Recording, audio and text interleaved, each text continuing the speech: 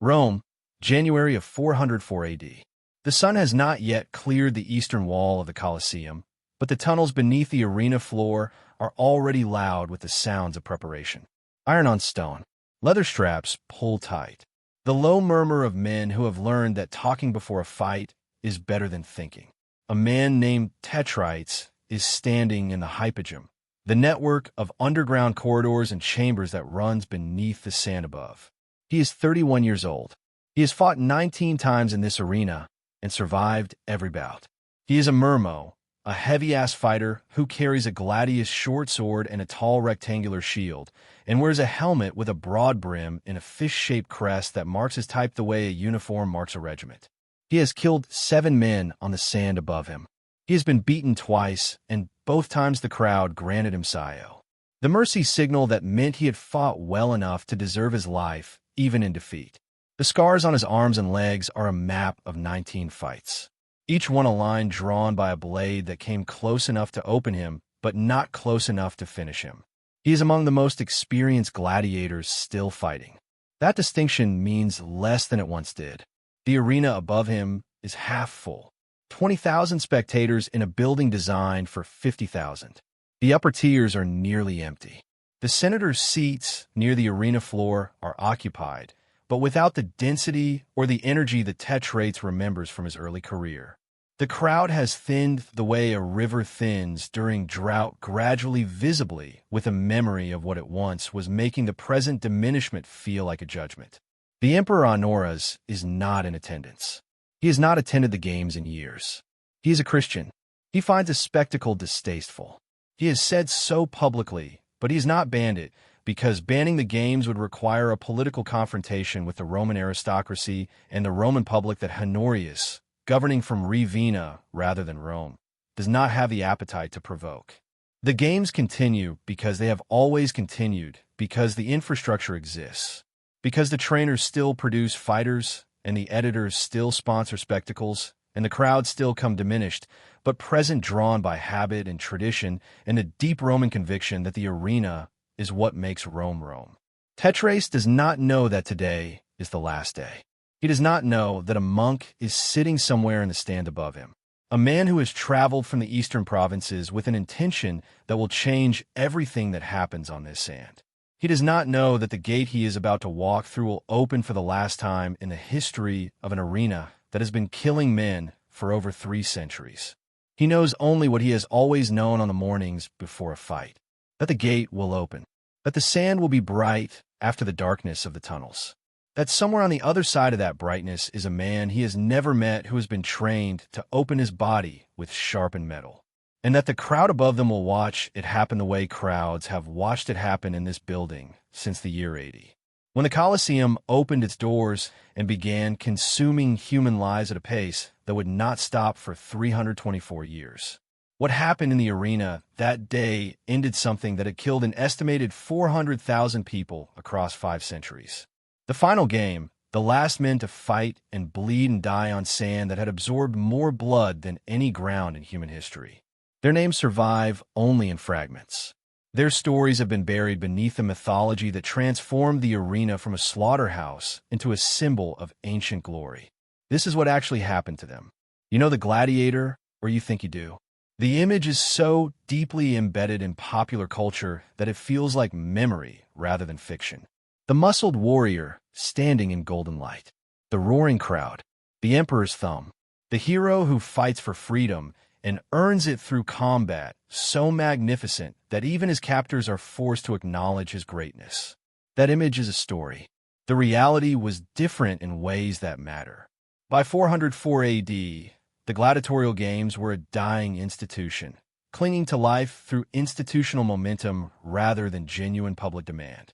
Christianity had been the official religion of the Roman Empire for nearly 80 years. The faith that now governed Roman spiritual life explicitly condemned the killing of human beings for entertainment. Multiple emperors had attempted to end the games. Constantine issued the first prohibition in 325. It was ignored. His successors issued their own restrictions, each one chipping at the edges of the spectacle without delivering the blow that would bring it down. The games were too deeply woven into Roman identity. Removing them felt like removing something structural from a civilization that was already losing pieces faster than it could replace them. The result was a long decline rather than a sudden end. The great training schools that had once operated across the empire, producing elite fighters through years of specialized instruction, had contracted or closed. The Lenistes, the trainers, who had once commanded the respect and the fees of men managing valuable assets, had seen their profession diminish alongside the spectacles it served. The supply chains that had imported exotic animals from Africa and Asia for the beast hunts had fractured as Roman control over its distant provinces weakened. The elaborate mechanical stage effects that had once transformed the arena floor into forests and lakes and mythological landscapes had been simplified or abandoned as the budgets contracted. The gladiators who remained were a diminished version of what the arena had once produced. Fewer volunteers, men who had once chosen the arena for the money and the fame and the strange celebrity that successful fighters enjoyed. More condemned criminals and prisoners of war, whose presence in the arena was a sentence rather than a career. The fighters had less training, less skill, and less of the technical artistry that had once made gladiatorial combat a spectacle worth crossing the empire to witness. They died more quickly and less dramatically. The crowd noticed. The crowd always notices when the product declines, but the sand was still real. The swords were still sharp. A man fighting in the Colosseum in 404 faced the same fundamental reality as a man fighting under Nero or Trajan. Two bodies, two weapons, a space enclosed by walls too high to climb, and a crowd that had paid to watch one of those bodies stop moving. The pageantry had faded. The economics had contracted. The cultural enthusiasm had cooled. But the iron had not cooled, and the men who carried it into the arena that January morning carried it, knowing that the diminished state of the games did not diminish the sharpness of the blade coming toward them. If you want to know who those men were, what they carried onto the sand, what happened to each of them during the final bouts ever fought in the Colosseum, and what became of them after an institution that had defined their lives was abolished overnight, then subscribe to this channel right now. Hit that subscribe button because what I am about to reveal are the individual human stories buried beneath the mythology. Stay until the end because the way the games ended was stranger and more disturbing than any gladiatorial combat ever staged on that sand. To understand what the arena had become by its final day, you need to understand what it had been at its peak, and how completely it had deteriorated in the century before it closed. The Colosseum opened in 80 AD under the Emperor Titus with 100 consecutive days of games that killed an estimated 9,000 animals and an unknown number of gladiators. The building itself was an engineering statement. 50,000 seats arranged in tiers that sorted Roman society by class. Senators at the bottom, commoners at the top, women and slaves highest of all. A retractable awning system called the velarium that shaded the crowd from the sun, operated by a detachment of sailors from the imperial fleet. An underground network of tunnels, cages, and elevator platforms that could deliver fighters, animals, and stage scenery to the arena surface through trapdoors that opened without warning, producing spectacles that seemed to materialize from the earth itself. At its peak, under emperors like Trajan and Commodus, the Colosseum was a center of Roman public life. Trajan celebrated his station victories in 107 with games lasting 123 days involving 10,000 gladiators and 11,000 animals. The numbers were political statements. The scale of the spectacle demonstrated the scale of the emperor's power. The gladiators who fought in these peak-era games were professional athletes trained to a standard that modern combat sports would recognize. They ate specialized diets. They trained daily under expert supervision. They received medical care from physicians whose surgical instruments were covered by archaeologists from gladiator barracks at Pompeii, were as sophisticated as anything the Roman military produced. By 404, almost none of this infrastructure remained functional. The great training school adjacent to the Colosseum, the Ludus Magnus, still operated, but at a fraction of its former capacity. The specialized diets had been replaced by basic rations. The expert trainers have been replaced by men whose qualifications were availability rather than excellence. The medical facilities still existed beneath the arena, but the physicians who staffed them served fewer fighters with less expertise than their predecessors. The games themselves had contracted in every dimension. Where Trajan had staged spectacles lasting months, the games of the early 5th century lasted days at most. Where peak-era programs had featured dozens of bouts with carefully matched fighters representing every gladiatorial class, the late programs offered a handful of bouts with whatever fighters the Leaniste could assemble. The animal hunts had shrunk from thousands of exotic beasts to whatever could be sourced from the diminished supply networks. The midday executions of condemned criminals continued because criminals were the one resource the late empire had in abundance. The spectacle had become a skeleton of itself. The bones of the original structure visible, but the flesh and the energy and the purpose that had once animated it largely gone. The Colosseum had been damaged by an earthquake in 350 and repaired with materials and craftsmanship inferior to the original construction. Sections of seating had been closed. The velarium system that had once shaded the entire arena was no longer maintained. The mechanical elevator platforms in the hypogm, which had once lifted animals and fighters through the arena floor with theatrical precision, operated intermittently. The building was aging the way the empire was aging, visibly, irreversibly, with the memory of what it had been making, the reality of what it had become feel like evidence of a decline that everyone could see, and no one could reverse. This was the arena that opened its gates on a January morning in 404.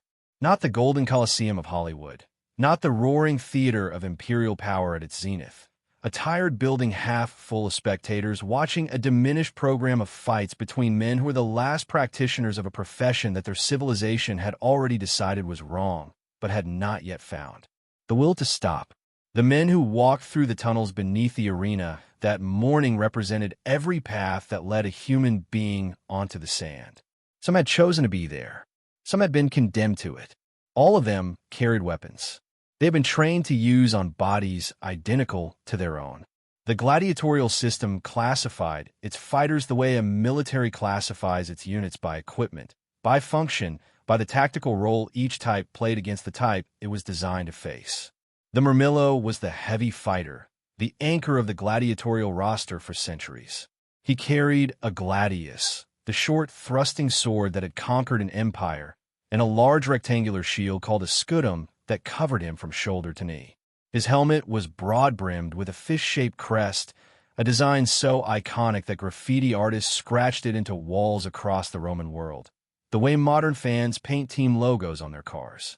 The Murmillo fought from behind his shield, absorbing attacks, waiting for the moment when his opponent overextended, then stepping forward with a thrust aimed at the abdomen or the thigh. He was slow. He was heavy. He was exhausting to fight because killing him required getting past a wall of bronze and wood that he had spent years learning to make impenetrable. Tetrads was a Murmillo, 31 years old, 19 fights. His name appears in the historical record because gladiator names were preserved in graffiti, mosaics, and the inscriptions that fans scratched into stone with the same obsessive devotion that modern supporters bring to stadium walls. He was a professional, a volunteer who had entered the arena because the alternative, whatever life the late Roman economy offered a man without land or prospects, was worse than the risk of death in exchange for money, food, medical care, and a fame that transcended social class.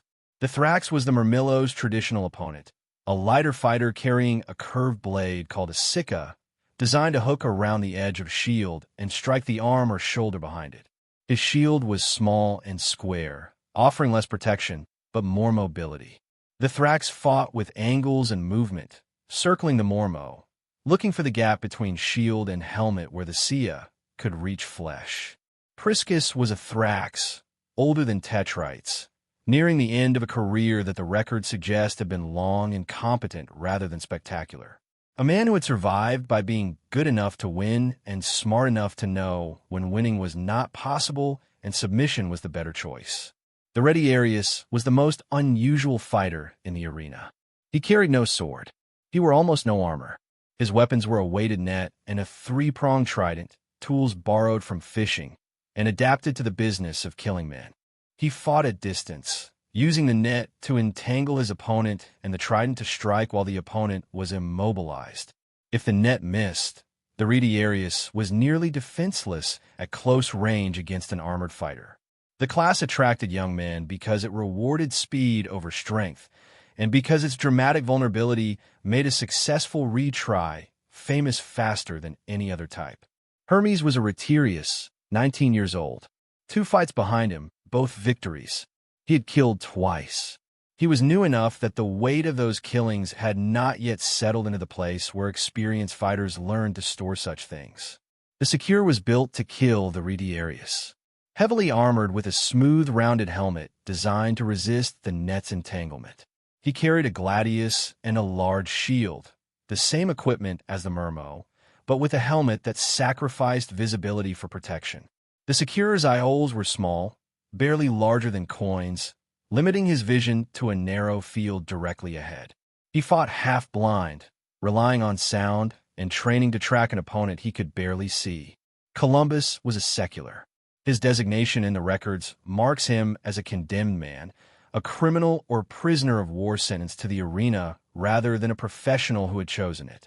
He fought because the alternative was execution without the possibility of reprieve. For a condemned fighter, there was no missio, no mercy from the crowd. He won or he died. There was no third option. For men, for paths to the same sand.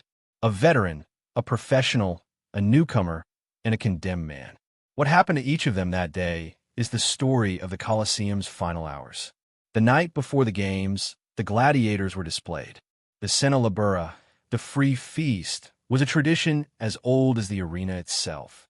The fighters were brought to a public space, usually a hall near the Colosseum or in the Forum, and fed a lavish meal in full view of spectators who came not to celebrate the men, but to evaluate them.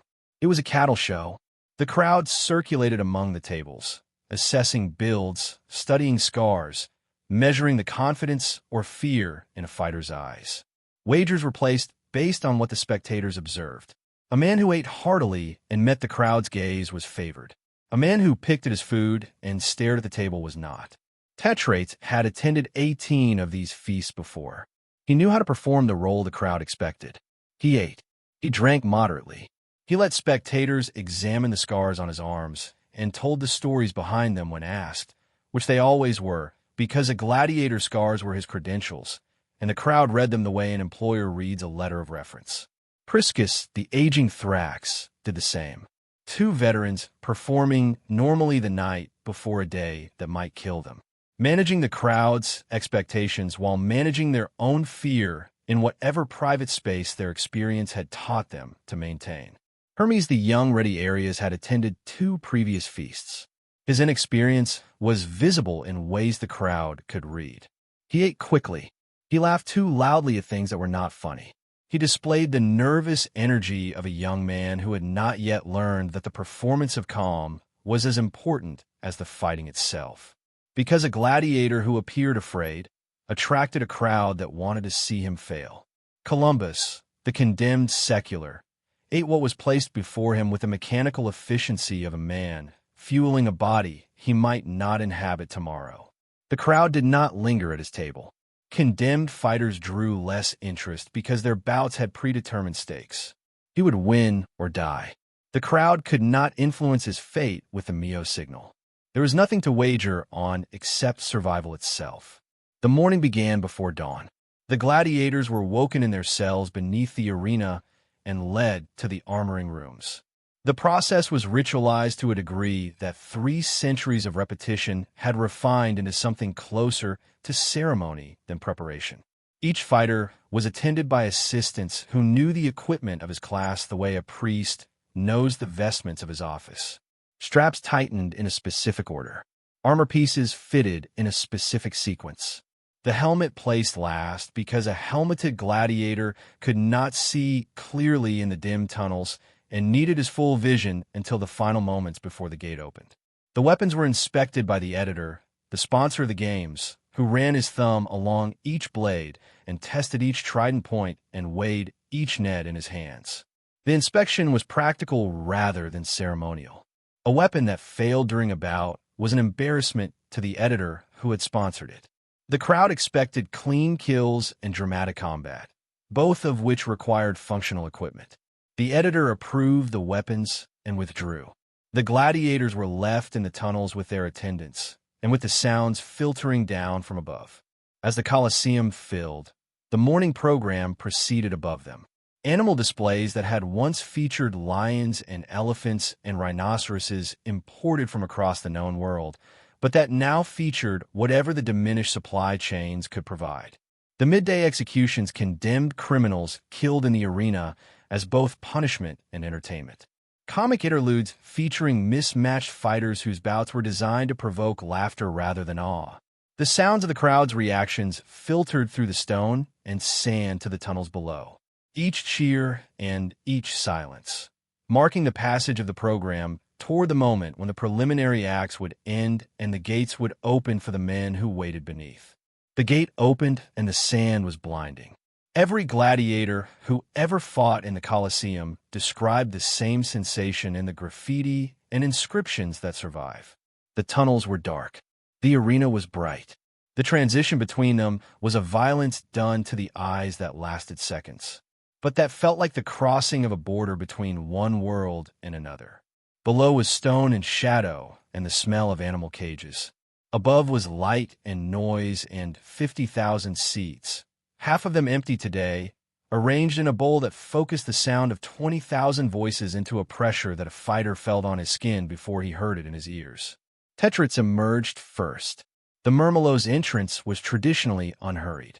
The heavy fighter walked onto the sand with the measured pace of a man carrying 50 pounds of equipment who understood that energy spent walking was energy unavailable for fighting. His shield was on his left arm. His gladius was in his right hand, held low along his thigh. His helmet with its fish-shaped crest caught the January light. He crossed to the center of the arena and stood.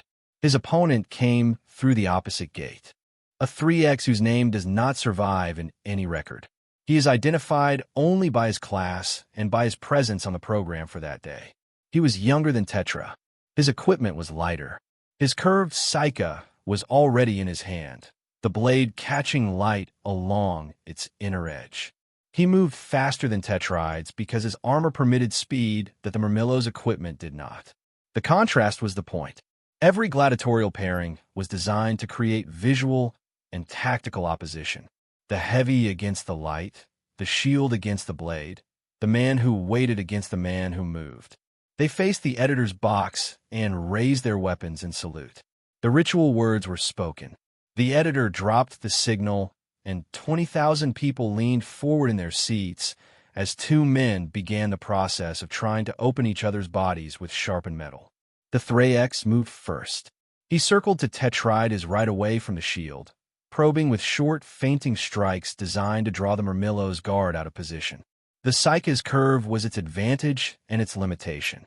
It could hook around the edge of a shield and reach the arm behind it, but only if the shield was extended far enough to create the angle the hook required. Tetra did not extend. 19 fights had taught him that the Murmillo's shield was his life, and that the moment it moved beyond the center line of his body was the moment the CO would find his arm. He kept the scutum close, absorbing the feints against its face, waiting. The Thrix escalated, a committed strike aimed at the helmet designed to force Tetraites to raise his shield and expose his legs. Tetraites raised the shield. The Psyche glanced off its upper edge. In the same motion, Tetraites stepped forward and punched the shield into the Thrix's chest. The scutum was not just a defensive tool. It was a weapon. 40 pounds of wood and bronze driven forward by a man who had spent years learning to use his body's weight behind it. The Thrax staggered. Tetraites followed with a gladius thrust, aimed low at the thigh below the Thrax's small shield. The blade found flesh. Not deep, not fatal, but enough to open a wound that would bleed and that would slow the younger man's movement, which was the only advantage he had. The Thrax fought on, blood on the sand beneath his right leg. His circles grew smaller as the wound stiffened. His strikes grew more desperate as the arithmetic of the bout shifted against him. Blood loss reduced endurance. Reduced endurance slowed movement. Slowed movement made him easier to hit. Each exchange brought him closer to the moment when his body could not sustain the fight his will demanded. It came after 12 minutes. The Thriax lunged with a strike aimed at the gap between Tetrates' helmet and shoulder guard. Tetrates caught the Psyche on his shield and turned it. The Thriax stumbled forward off balance. Tetrates struck him across the back of the leg with a flat of his gladius, a blow that dropped the younger man to one knee. The Thrix raised a finger. The submission signal. He was done. The crowd decided, 20,000 voices merging into a sound that carried a man's life in its pitch and volume. In the diminished atmosphere of 404, the verdict came quickly. Messiah mercy. The Thriax would live. He was helped to his feet by arena attendants and led through the gate of life on the eastern side. His wound would be treated in the medical station beneath the stands. He would survive the final game. He would carry a scar on his thigh for the rest of his life and never know that the bout that produced it was among the last ever fought on that sand. The Harinari rad over the blood from the first bout. Arena sand was not ordinary sand. It was selected for its color and its absorbency, its ability to drink blood quickly, so that each bout began on a surface that looked clean regardless of what had happened on it minutes earlier. The sand was a lie told in grain. It promised a fresh start that the men standing on it knew was fiction. Hermes came through the eastern gate. No helmet, no heavy armor, a shoulder guard on his left arm, a loincloth, and nothing else. He carried his net in his left hand and his trident in his right. 19 years old, built for speed rather than endurance. The physique of a man whose survival depended on never letting an armored opponent get close enough to use the advantage that armor provided. Columbus came through the western gate fully armored helmet with eye holes so small they reduced his vision to a narrow, tunnel-large shield gladius. His helmet was smooth and rounded engineered to resist the net. Every surface curved, so the weighted mesh was slide rather than catch. Columbus was condemned. A professional gladiator fought knowing that defeat did not necessarily mean death. The crowd might grant Messiah. A condemned fighter had no such calculation. Columbus would win or die. The crowd could not save him. This knowledge produced a fighting style that professionals feared. A man with nothing to lose took risks a professional would not take. He accepted wounds a professional would have avoided. Desperation was its own form of skill. The signal dropped. Columbus charged. The secular strategy was always the same. Close the distance. Get inside the net's range. Force the fight into close quarters where armor and sword outmatched a trident wielded by an unprotected man. Hermes threw the net. A single sweeping cast that sent the weighted mesh spreading through the air. It landed across Columbus's shield and shoulder. The weights wrapped around his arm. The mesh slid across the smooth helmet exactly as designed. Columbus was entangled but not immobilized. His shield arm was restricted, his sword arm partially caught. But his legs were free and his momentum carried him forward. Hermes thrust with a trident. The 3 points found the gap between helmet and shoulder guard, the narrow band of exposed neck that every Rishiaras was trained to target. The points entered. Columbus dropped. The weight of his armor drove him to the sand. The crowd's response did not matter. For a condemned man, there was no question to answer.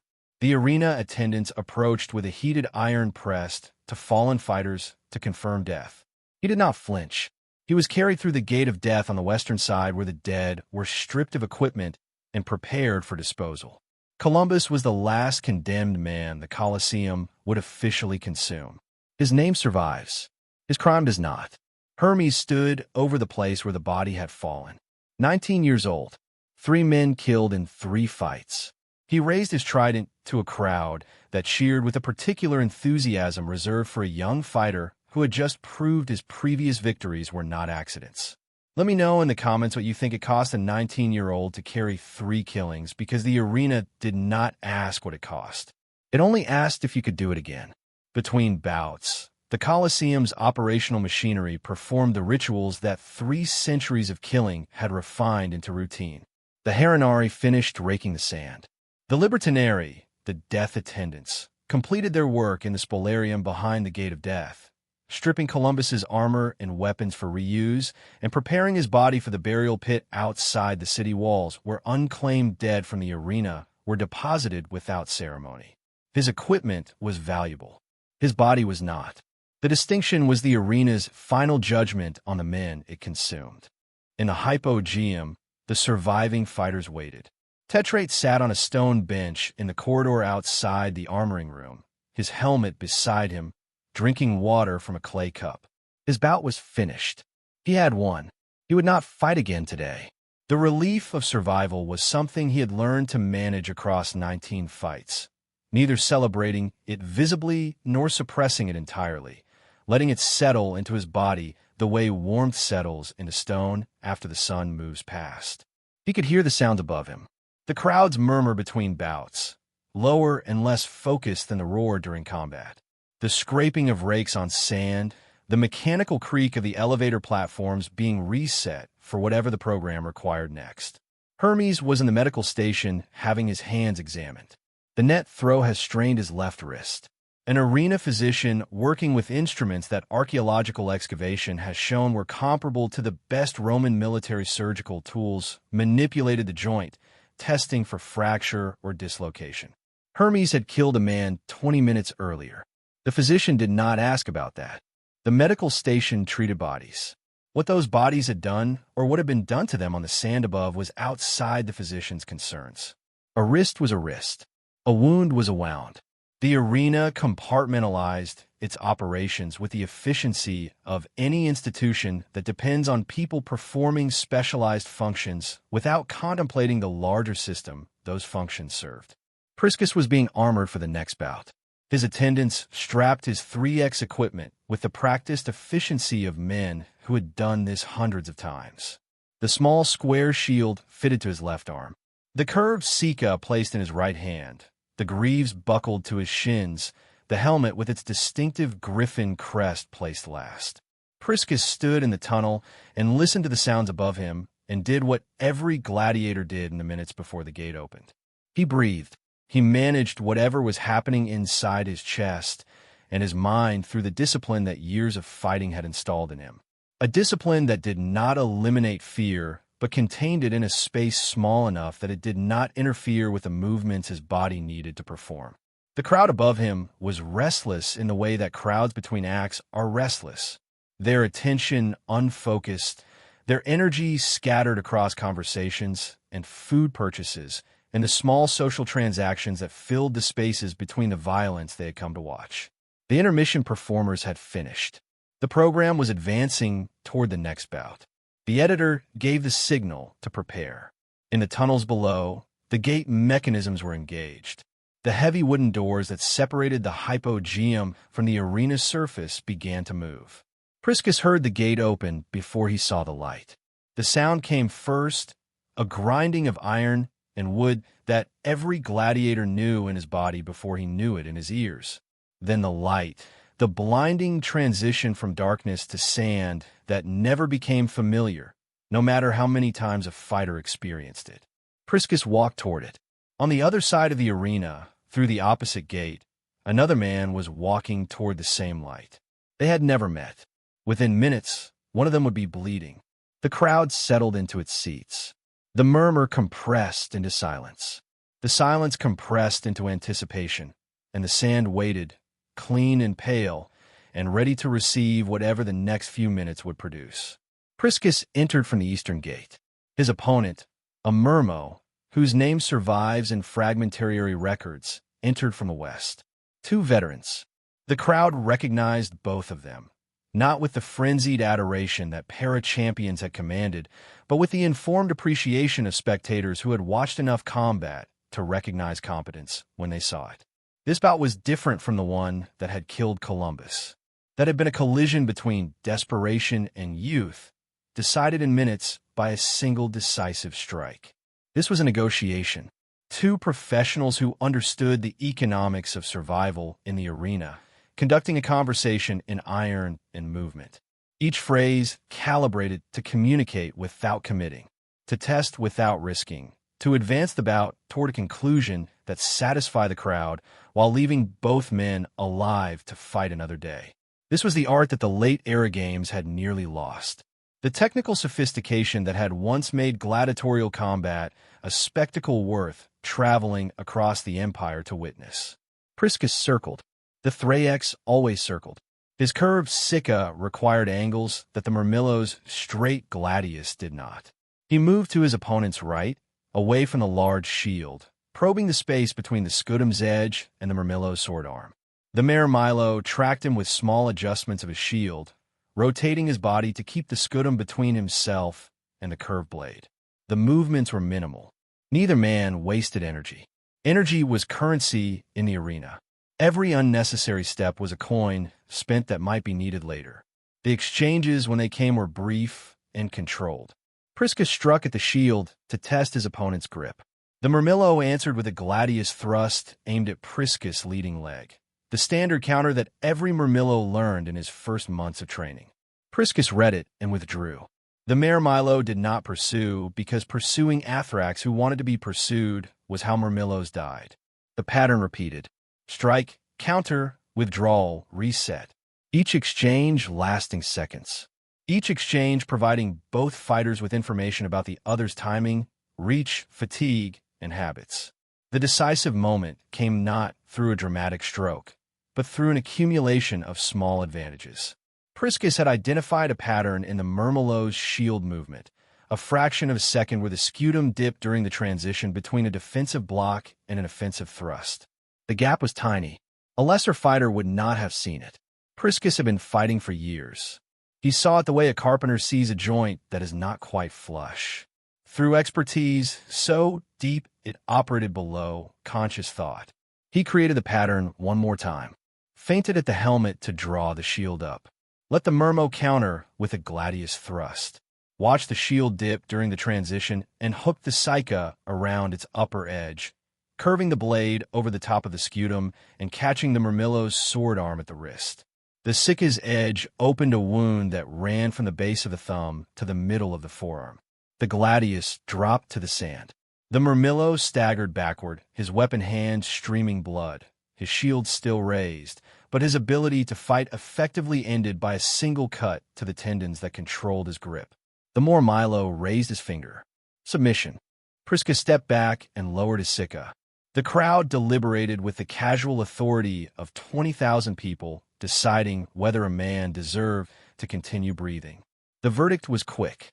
Msayo, both men had fought well enough that killing either one would have been waste rather than justice. The Murmo was led to the medical station where his wrist wound would be sutured by the arena physicians. He would live.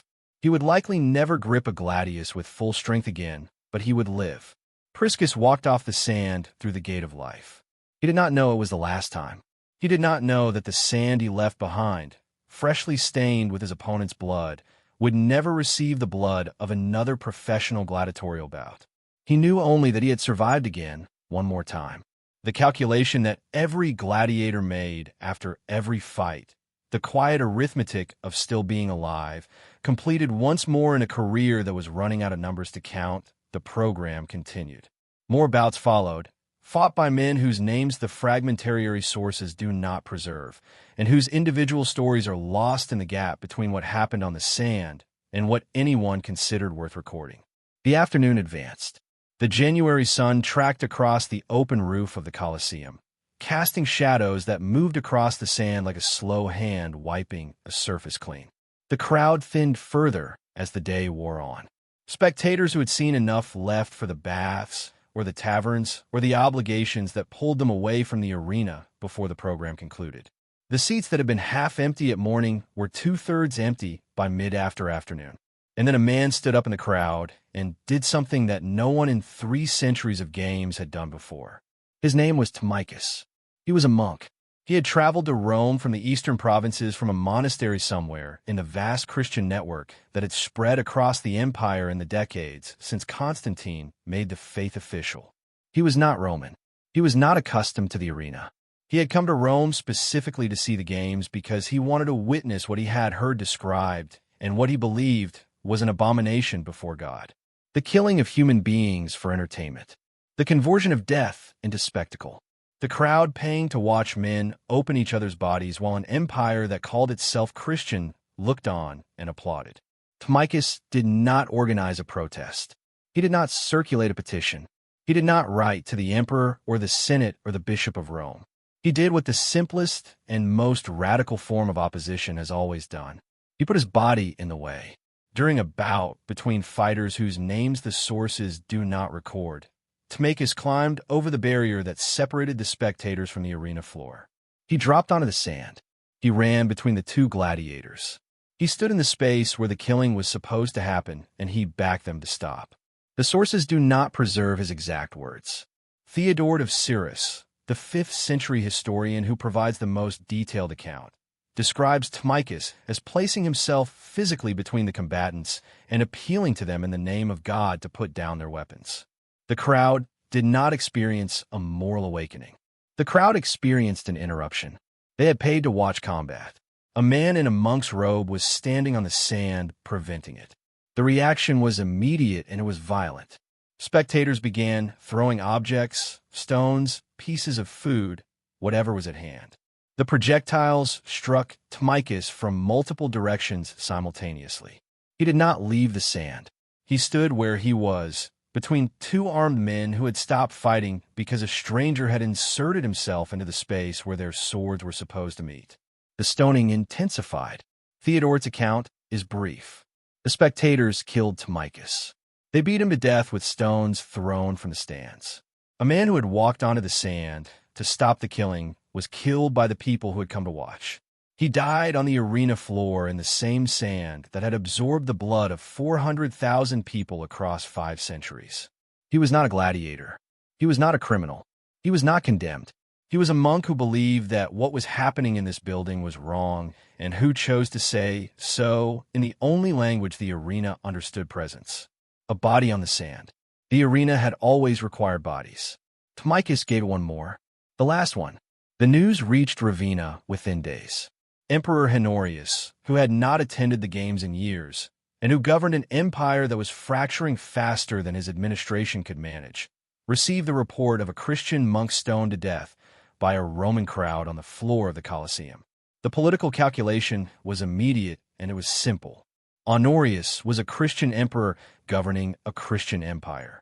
The official faith condemned killing for entertainment. Multiple predecessors had issued bans and restrictions that had been ignored because enforcement required a confrontation with Roman tradition that no emperor had been willing to sustain.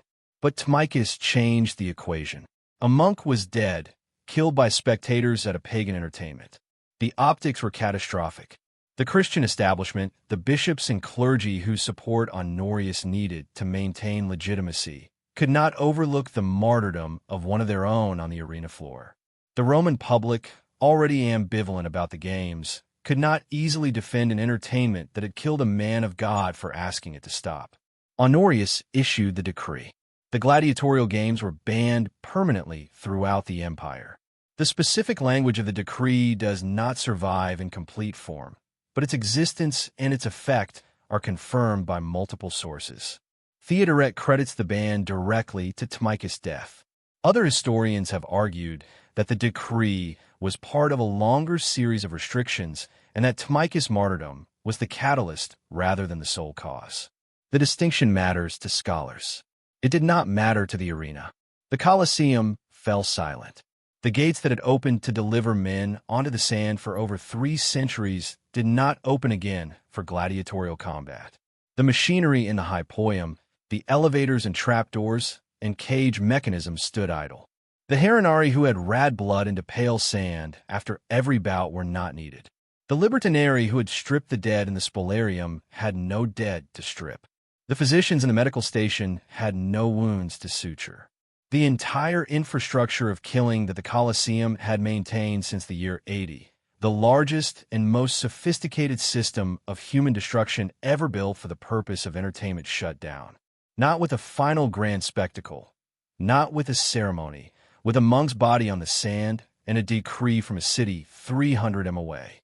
The historical debate around the ban's effectiveness continues.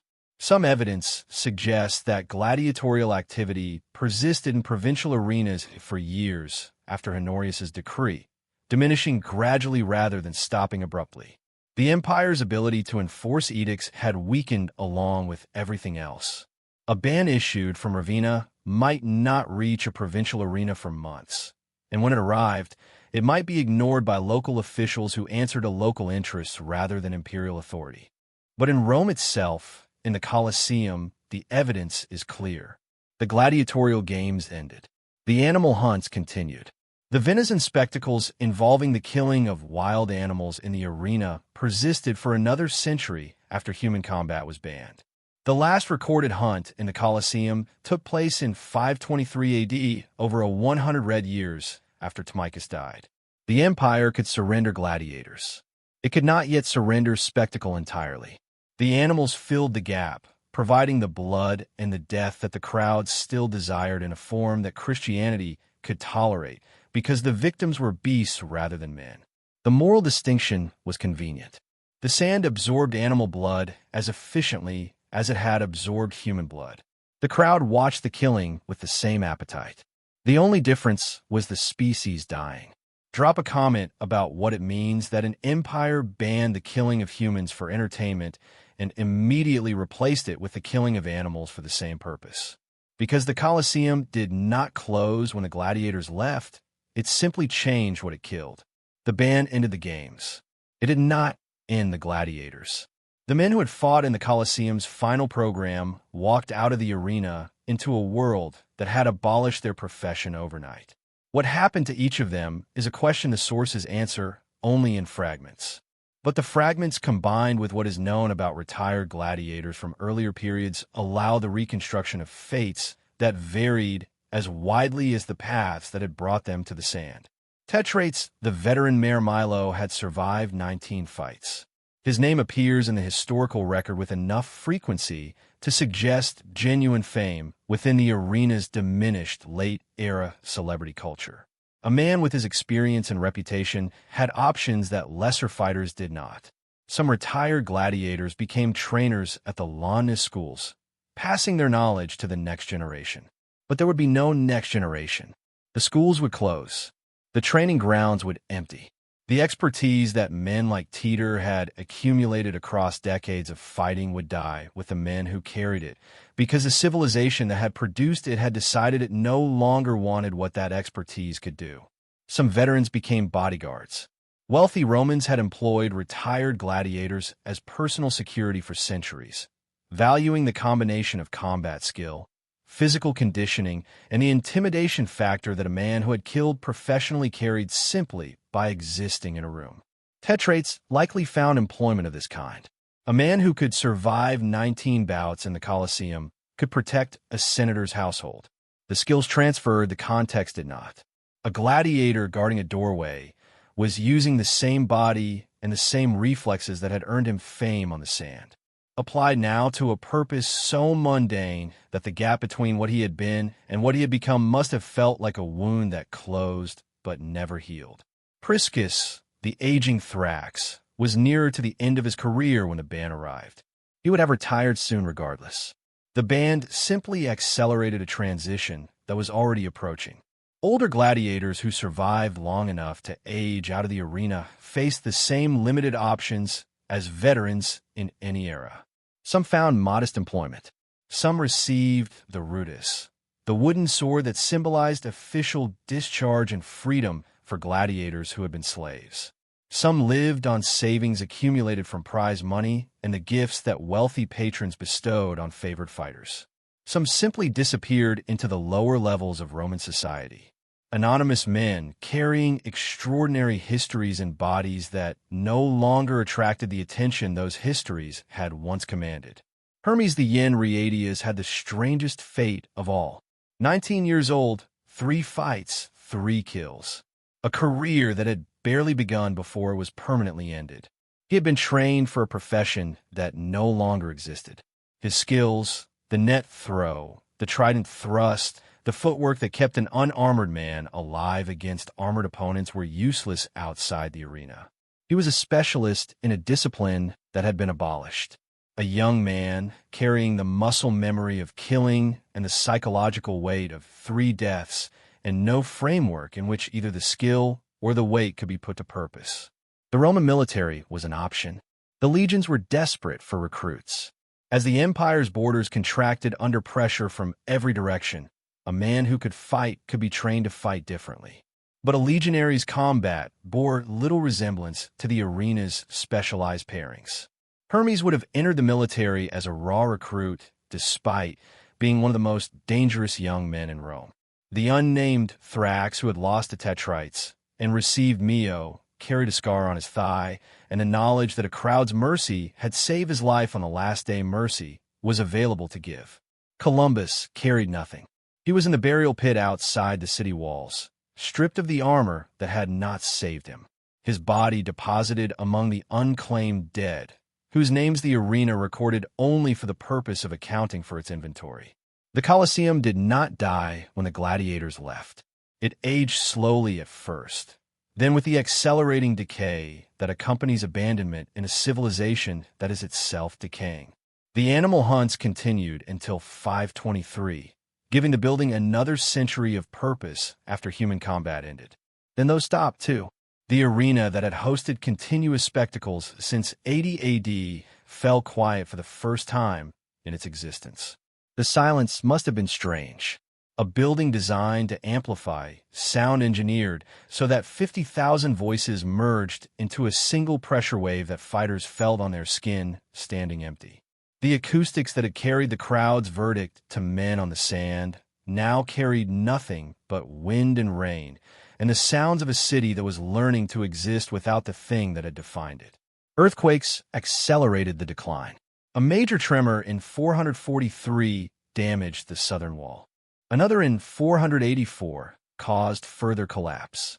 The repairs that followed were minimal because the empire that had built the Colosseum no longer existed in any form capable of maintaining it.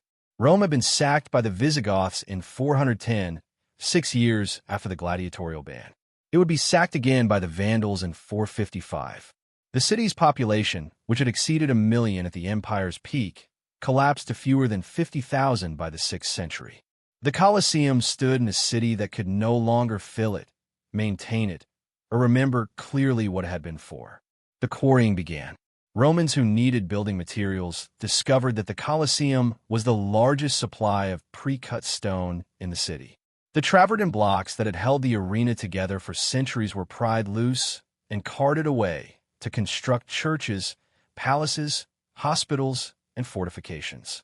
The iron clamps that had joined the blocks were extracted for their metal, leaving the pockmark holes that are visible in the Colosseum's walls today. Each missing clamp is a small wound. Together, they record a process of dismantlement that continued for centuries. Each generation taking what it needed from a building that no generation felt responsible for preserving. The hypogee tunnels where Tetrates and Hermes and Priscus had waited for their gates to open, filled with earth and rubble. The arena floor collapsed into the chambers below, exposing the underground infrastructure that had been invisible to spectators for 3 centuries. The elevators that had lifted fighters and animals to the surface rusted and broke. The cage mechanisms seized. The medical station where arena physicians had sutured gladiators' wounds was buried under debris that would not be cleared for over 1,000 years. The operational machinery of killing, the physical systems that had processed human beings from living fighters into dead bodies with industrial efficiency, became archaeology. Layers of dirt covering layers of stone, covering the memories of things that had happened in these corridors that no living person would recall. The Colosseum became a ruin. It became a home. Medieval Romans built dwellings inside the arches and corridors. Families lived in the spaces where gladiators had been armored. Workshops operated in chambers that had once held caged animals. A small church was built into one section of the structure. The building that had been designed to kill people on the largest possible scale was converted into a place where people lived, worked, and prayed. The transformation was complete. The arena that had consumed 400,000 lives became a neighborhood. The sand that had absorbed their blood became soil. The gates that had opened to deliver men to their deaths became doorways that children ran through on their way to play in the corridors where condemned men had waited to die. The Colosseum today receives 2.7 million visitors per year. They enter through the same arches that spectators walked through in 80 AD. They stand on viewing platforms above the exposed hypoeum and look down into the tunnels where men waited for the gates to open. They photograph the ruins with phones that contain more computational power than the civilization that built the building could have imagined. They buy miniature gladiator helmets in the gift shops. They pose with men dressed in costume armor outside the entrance, paying a few euros for a photograph with a version of history that has been sanded smooth of everything that made it real. The audio guides describe the architecture, the engineering, the Valerium system, and the elevator platforms and the sophisticated crowd management that allowed 50,000 people to be seated in 15 minutes. The Colosseum is presented as an achievement, and it was an extraordinary achievement of engineering and logistics and organizational precision. It was also a building whose purpose was killing human beings for entertainment, and the engineering and logistics and precision were in service of that purpose. The sophistication of the machinery does not redeem the use to which it was put. It makes the use more disturbing because it demonstrates that the killing was not primitive frenzy, but calculated industry. Rome did not stumble into the arena. Rome engineered it. The entertainment industry has completed the romanticization that the tourist industry began. Films and television series and video games recreate the arena with digital blood and choreographed combat, and heroes who choose to fight and who always survive. The gladiator has been converted from a slave force to kill for other people's amusement into an icon of warrior virtue, a symbol of courage and strength and noble defiance. The conversion required erasing everything that was true about the arena and replacing it with everything that is comfortable. The fear has been erased. The coercion has been erased. The condemned men who fought knowing they would die have been erased. The 19-year-old boy standing over the third man he has killed, carrying a weight that number 19-year-old should carry, has been replaced by a muscled hero raising his sword in triumph while the soundtrack swells. Tetrates, Priscus, Hermes, Columbus, the unnamed Thraex who survived through a crowd's mercy on the last day mercy was offered. Timicus, the monk who walked onto the sand and died for the belief that killing people for entertainment was wrong. These men stood in this building. They bled on this sand. They lived and died inside a system that used their bodies as raw material for the production of spectacle. Their names survive in fragments, scratched in a stone by fans, or preserved in the margins of chronicles that consider their deaths less important than the military campaigns and political intrigues that filled the center of the page. 400,000 people died in this arena across 5 centuries. Not one of their names is on the walls. The building remembers everything about how it was built and nothing about what it was built to do. The sand is gone. The machinery is still. The gates are open, but no one walks through them toward the blinding light that every gladiator described. What remains is stone and silence, and the knowledge that for 324 years a civilization that built roads and aqueducts and legal codes that still influence modern law also built the most sophisticated system of human slaughter ever designed for the purpose of making people cheer. The Colosseum is a monument, but it is not a monument to what the tourist guides describe. It is a monument to what human beings are willing to do to other human beings when the crowd is watching and the sand is clean and the gate is about to open. If what you have learned today matters to you, subscribe to this channel right now. Hit that button and the notification bell because the stories buried beneath the mythology are the ones that need to be told. Share this video. Drop a comment telling me which fighter's fate you will remember and where you are watching from. Because these men existed. They bled. They died. And they deserve to be remembered as what they were. Not icons, not heroes, people trapped inside a machine that consumed them and called it glory. But Rome was not the only civilization that built arenas for the destruction of human beings. There is another chapter from another empire where the spectacles were different and the silence afterward was even deeper. That story is waiting for you right now. Click the video on your